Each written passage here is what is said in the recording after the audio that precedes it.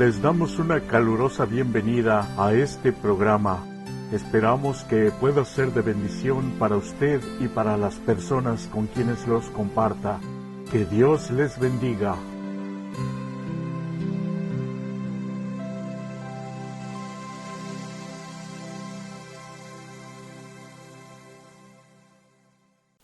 Título de la lección: De esclavos a herederos. Nuestro texto inicial se encuentra en Gálatas capítulo 4, verso 7. Así que ya no eres esclavo, sino hijo, y si hijo, también heredero de Dios por medio de Cristo. Recomendamos leer más tarde Gálatas capítulo 3, versos 2 al 5, hasta el capítulo 4, verso 20. Romanos capítulo 6 versos del 1 al 11 y Hebreos capítulo 2 versos 14 al 18, 4, 14 y 15 y Romanos capítulo 9 versos 4 y 5. Pablo les dice a los Gálatas que no deberían vivir y actuar como esclavos, sino como hijos e hijas de Dios, con todos los derechos y privilegios que eso implica. Una verdad que el joven Martín Lutero necesitaba escuchar. A medida que se profundizaban sus convicciones de pecado, Martín Lutero buscó obtener el perdón y la paz con sus propias obras.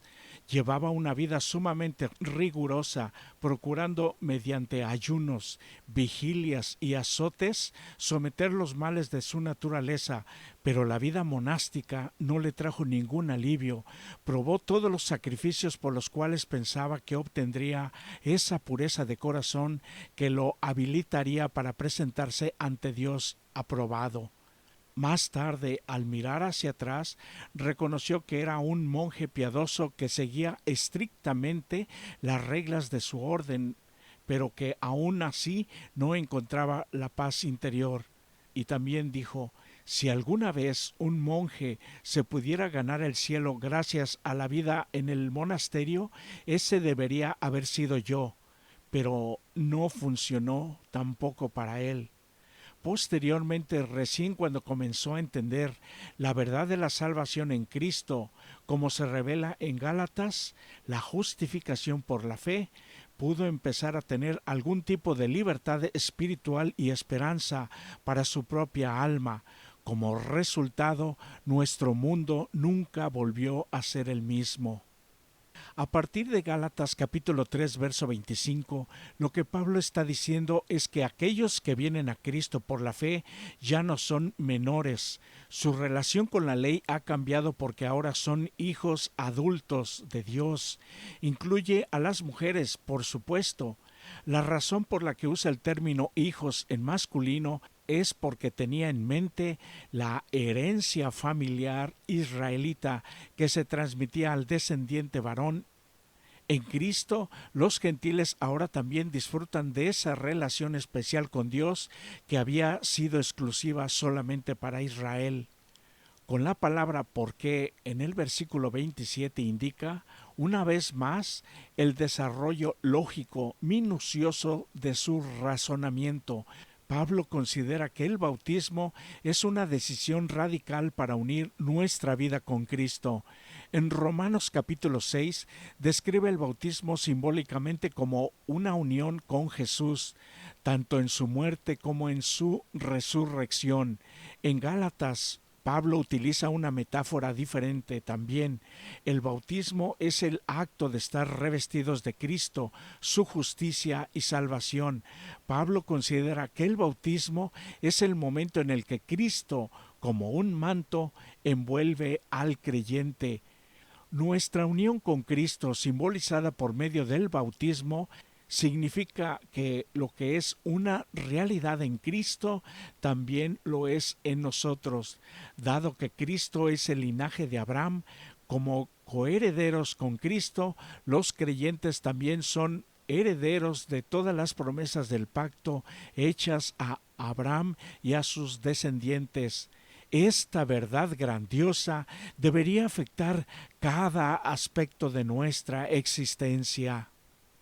Pablo, a partir de Gálatas 4:1, se explaya en el tema de la herencia. La terminología de Pablo evoca una situación en la que el dueño de una gran hacienda ha muerto, dejando toda su propiedad a su hijo mayor. Sin embargo, el hijo aún es menor de edad. Como suele suceder en los testamentos todavía hoy, el testamento del padre estipula que su hijo debe estar bajo la supervisión de un tutor o un albacea hasta que alcance la madurez. Aunque legalmente es el dueño de la hacienda de su padre, al ser menor, en la práctica es solamente un poco mayor que un esclavo. Los mayordomos y los administradores no solamente son responsables de la crianza del hijo del amo, sino también están a cargo de todos los asuntos financieros y administrativos hasta que el hijo sea lo suficientemente maduro como para asumir esas responsabilidades. En cuanto al concepto de los rudimentos del mundo, aquí se está refiriendo a los principios rudimentarios de la vida religiosa y que el periodo del Antiguo Testamento con sus leyes y sacrificios era meramente un evangelio elemental que esbozaba las bases de la salvación. Por lo tanto, por más importantes e instructivas que fueran las leyes ceremoniales para Israel, solamente eran una sombra, un simbolismo de lo que habría de venir. Nunca tuvieron la intención de ocupar el lugar de Cristo. Ajustar nuestra vida en torno a estas normas en vez de hacerlo en función de Cristo es como querer retroceder en el tiempo. Para los Gálatas, regresar a esos elementos básicos después de que Cristo ya había venido era como si un hijo adulto ya libre, en la analogía de Pablo, quisiera volver a ser menor y ser casi como un esclavo. Debemos, eso sí, tener fe como la de un niño. ¿Cuánto se asemeja tu fe a la de un niño en inocencia y confianza en lo que Dios nos dice? Leemos en Gálatas capítulo 4, verso 4, pero cuando vino el cumplimiento del tiempo, Dios envió a su Hijo, nacido de mujer y nacido bajo la ley. Cumplimiento indica el papel activo de Dios en llevar a cabo su propósito en la historia humana. Jesús no vino en cualquier momento, vino en el momento preciso que Dios había preparado. Desde la perspectiva histórica, a esa época se le conoce como Pax Romana, la paz romana, un periodo de aproximadamente 200 años de relativa estabilidad y paz en todo el Imperio Romano. La conquista del mundo mediterráneo por parte de Roma trajo paz, un idioma común, medios favorables para viajar y una cultura común que facilitaría el esparcimiento rápido del Evangelio. Desde una perspectiva bíblica, también marcó el momento en el que Dios había fijado la venida del Mesías ya profetizado y prometido. Dios envió a su Hijo. En otras palabras, Dios tomó la iniciativa de nuestra salvación. Dios no envió un mensajero celestial. Vino Dios mismo en la persona de Jesús, una de las personas de la Santísima Trinidad. Aunque el Hijo divino y preexistente de Dios, Jesús, también fue nacido de mujer y es auténticamente humano, así como es auténticamente divino. Era necesario que Cristo tomara nuestra humanidad porque con nuestra naturaleza humana Cristo calificaba legalmente para ser nuestro sustituto, Salvador y sumo sacerdote. Como el segundo Adán vino a reclamar todo lo que el primer Adán había perdido por su desobediencia. Por su obediencia cumplió perfectamente las demandas de la ley y así redimió el trágico fracaso de Adán. Y por su muerte en la cruz cumplió con la justicia de la ley que requería la muerte del pecador y así obtuvo el derecho de redimir a todos los que se acercan a él con verdadera fe y entrega total. Este es el único camino de salvación. No hay más. En Gálatas capítulo 4, versos 5 al 7, Pablo se explaya en su temática central, enfatizando que Cristo vino para que redimiese a los que estaban bajo la ley. La palabra redimir significa comprar otra vez. Se refería al precio que se pagaba para comprar la libertad de un rehén o de un esclavo. Como le indica el contexto, la redención implica un contexto negativo. Una persona está totalmente en necesidad de ser liberada, y esas somos nosotros. Pero, ¿de qué necesitamos liberación? El Nuevo Testamento presenta 4 cosas, y entre otras son: número 1, liberación del diablo y sus engaños. Número 2, liberación de la muerte. Número 3, liberación del poder del pecado que nos esclaviza por naturaleza. Número 4, liberación de la condenación de la ley.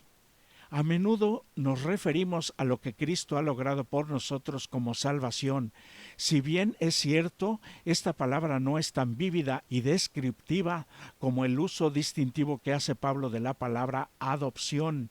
Aunque Pablo es el único autor del Nuevo Testamento que usa esta palabra, la adopción era un procedimiento legal muy conocido en el mundo greco-romano. Varios emperadores romanos durante la época de Pablo utilizaron la adopción como medio para elegir a un sucesor cuando no tenían ningún heredero legal. La adopción garantizaba varios privilegios. Número 1, el hijo adoptado se convertía en el hijo verdadero de quien lo adopta. Número 2, el adoptante acepta criar al hijo como es debido y atender sus necesidades de alimento, abrigo y protección. Número 3, el adoptante no puede repudiar a su hijo adoptado. Número 4, el hijo no puede ser reducido a la esclavitud. Número 5, los padres naturales del hijo no tienen derecho a reclamarlo. Y número 6, la adopción establece el derecho a la herencia. Si estos derechos están garantizados en el ámbito terrenal, imagínate cuánto mayores son los privilegios que tenemos como hijos adoptados de Dios. Considerando que la palabra hebrea Abba era la palabra íntima que los hijos utilizaban para dirigirse a su padre, como la palabra papi o papito hoy, Jesús la usa en oración, y como hijos de Dios también tenemos el privilegio de llamar Abba a Dios. ¿Disfrutas de esa clase de cercanía íntima con Dios en tu propia vida? Si no es así, ¿cuál es el problema? En Gálatas capítulo 4 versos 8 al 20, Pablo no describe la naturaleza exacta de las prácticas religiosas de los gálatas, pero evidentemente tiene en mente un sistema falso de adoración que llevó a una esclavitud espiritual. De hecho, lo considera tan peligroso y destructivo que escribió esta carta tan apasionada, advirtiendo a los gálatas que lo que estaban haciendo era como renunciar a la condición de hijos y hacerse esclavos otra vez. Además, hoy muchos han malinterpretado la referencia de Pablo a los días, los meses, los tiempos y los años como una objeción no solamente contra las leyes ceremoniales, sino también contra el sábado, parte del Decálogo. Sin embargo, esta interpretación excede la evidencia. En primer lugar, si Pablo realmente deseaba desestimar el sábado y otras prácticas judías específicas, fácilmente las podría haber identificado por nombre. En segundo lugar, Pablo deja en claro que lo que estaban haciendo los gálatas, sea lo que fuere, los ha llevado de la libertad en Cristo a la esclavitud. Si la observancia del sábado semanal somete a esclavitud a un ser humano, entonces el mismo Creador se sometió a esa esclavitud cuando observó el primer sábado que hubo en el mundo creado. Además, ¿por qué Jesús no solo guardó el sábado, sino también lo enseñó a los demás cómo guardarlo?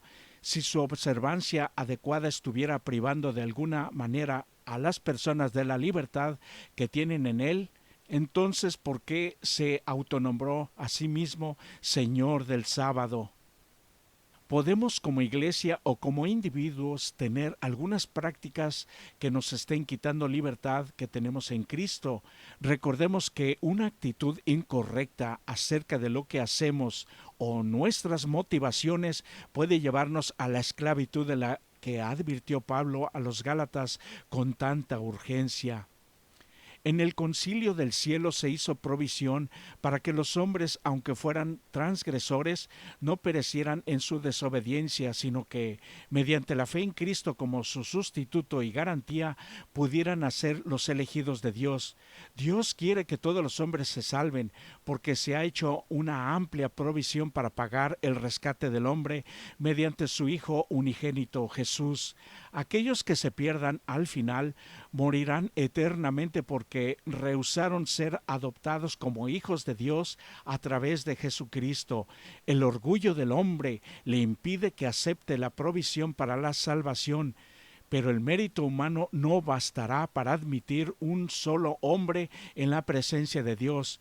Lo que hace aceptable a un hombre delante de Dios es la gracia impartida de Cristo a través de la fe en su nombre. No se puede colocar ninguna confianza en las obras ni en los felices vuelos de los sentimientos como evidencia de que los hombres han sido elegidos por Dios, porque los elegidos lo son solamente a través de Jesús. Muchos son tan temerosos de la idea de la gracia, la salvación solo por la fe, porque preferirían intentar lograr la salvación por sus propios medios, por sus propias obras, si fuera posible. Así se le enseñó por muchas generaciones a mucha gente por el gran engañador a través de falsos y diabólicos líderes religiosos que incluso todavía existen hoy. Además, es más fácil ponerse a hacer cosas dentro de la iglesia, hacer ritos o tomar cargos y hacer cosas por los demás.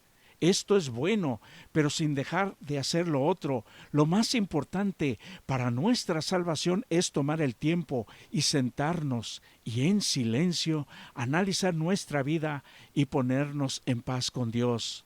Esto tristemente se puede ver en muchas iglesias hoy, evitar ponerse en paz con Dios y quedarse tranquilos a esperar su salvación. Pablo mismo nos previno: ¿de qué me sirve ser heraldo para otros si yo mismo me pierdo? Si esto estuviese sucediendo en nuestra vida hoy, este es una nueva oportunidad, un nuevo día para renovar nuestro compromiso y entrega a Dios mediante Jesucristo. Te deseo que sea Él quien te bendiga. Gracias por acompañarnos.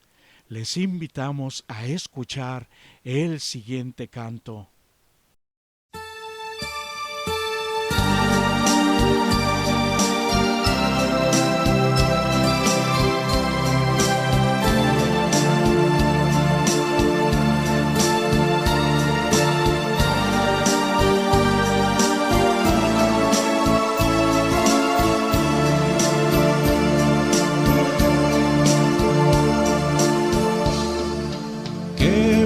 Podría hacerse, ahora no tiene importancia si voy hacia allá o vengo hacia acá, no importa dónde vaya, allí tú estás.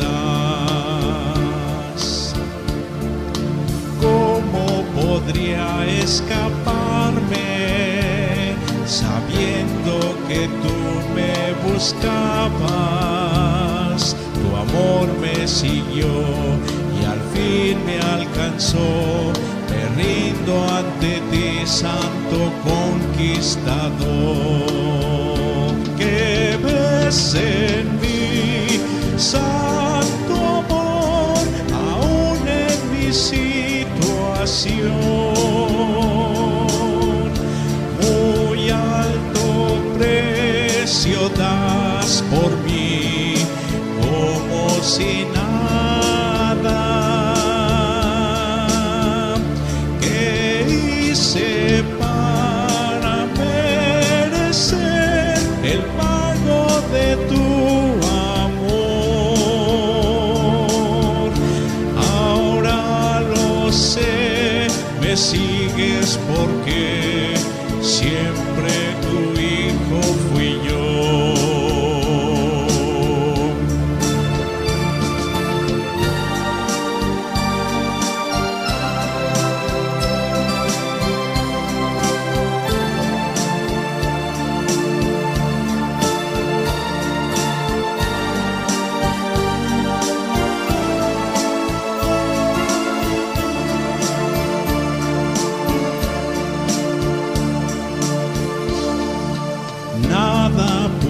detenerte, prefieres morir que perderme.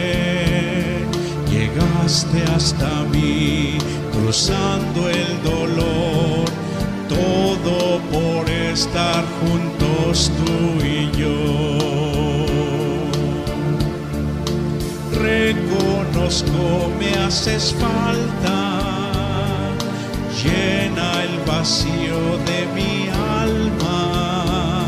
Nunca más me iré, contigo estaré, siempre a tu lado al fin viviré. Que ves en mí, santo amor, aún en mi situación.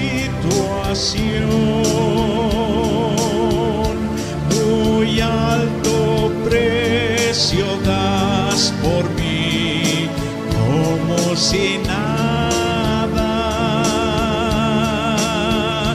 ¿Qué hice para merecer el pago de tu